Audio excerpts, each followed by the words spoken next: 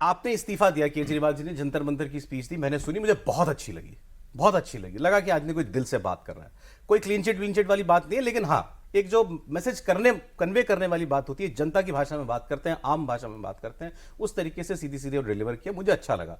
फिर अगले दिन आते हैं तो ये, आप यार नॉर्मल रहो ना, बन गए हो सीएम, 4 महीने के लिए सही बन गए हो ना, क्या राम जी और भरत जी की कहानी सुना रहे हो आप? जाओ कुर्सी पे बैठो, आप दिल्ली के मुख्यमंत्री हो। नहीं, नहीं हो सकता ये।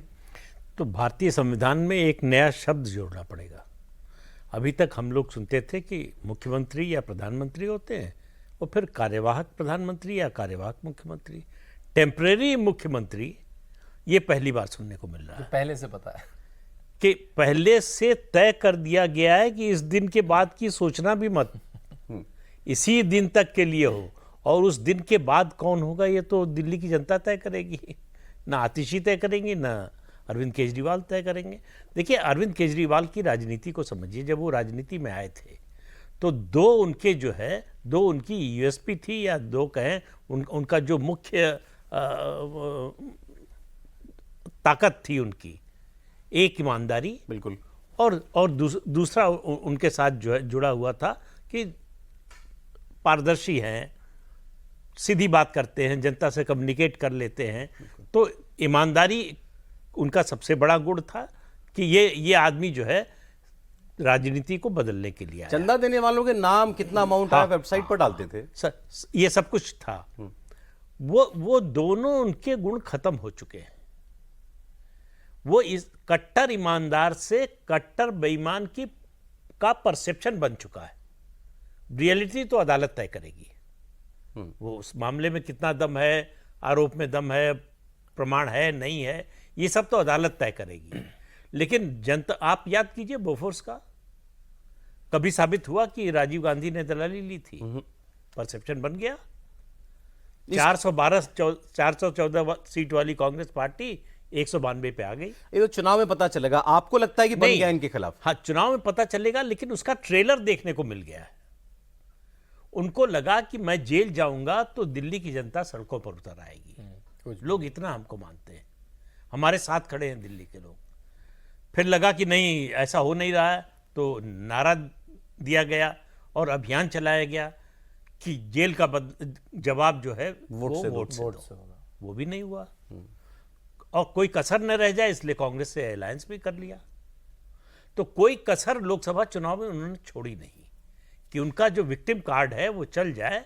अगर मान लीजिए कि 7 की 7 नहीं, 3 सीटें भी जीत गए होते तो केजरीवाल कहते जनता ने मुझे ईमानदार घोषित कर दिया, पूरे देश में कहते घूम रहे होते। वो नहीं हुआ। अब उसकी बात नहीं करते हो। उन्होंने कहा था अगर तुम मुझे 7 सीटें जिता दोगे तो मुझे जेल नहीं जाना पड़ेगा। तो जनता ने तो नहीं सुना। अब ये बात अलग है कि लोकसभा और विधानसभा चुनाव अलग अलग होते हैं, मुद्दे अलग होते हैं। और दिल्ली में मजबूत है केजरीवाल की पार्टी, इसमें कोई शक नहीं, बहुत मजबूत है, बहुत मजबूत है। और दिल्ली में बीजेपी हमेशा से कमजोर रही है। 93 में असेंबली बनी है, तब से सिर्फ एक बार 93 में बीजेपी जीती है, उसके अलावा कभी नहीं जीती है। और वो भी जीतने की एक वजह थी, उस समय जनता दल और बीएसपी। जनता दल ने झुग्गी झोपड़ी और जो है मुसलमानों के वोट काटे, और बीएसपी ने दलितों के वोट काटे। तब बीजेपी जीत पाई। और अब बीजेपी के जीतने की मैं तो हर बार यही बात कहता हूं कि एक ही शर्त है कि कांग्रेस पार्टी 20% से ज्यादा वोट ले आए।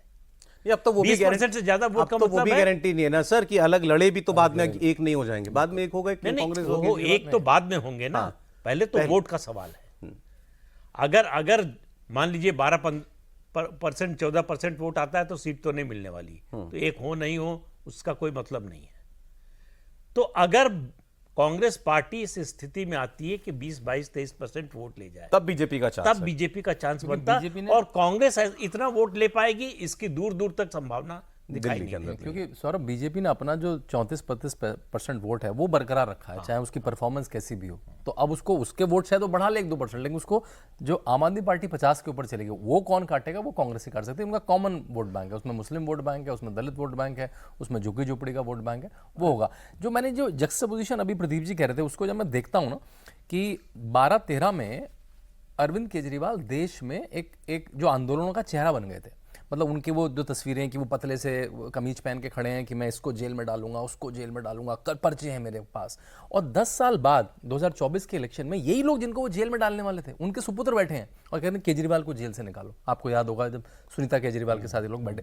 ये जो जक्स्टापोजिशन है मेरे लिए बड़ा कॉन्ट्रास्ट है कि 10 साल में वो पार्टी जो केवल एंटी करप्शन पे आई थी, आज तक करप्शन पॉलिटिकल मुद्दा हुआ है लेकिन उस पर कभी इतनी बड़ी राजनीति किसी ने नहीं करी, और वो व्यक्ति पूरी पार्टी जेल में है और उनको बेल भी नहीं मिल रही, आसानी से बेल भी नहीं मिल रही। अभी भी कुछ लोग जेल में, वो तो हम बात ही भूल गए उनकी कि भाई जैन साहब जेल में।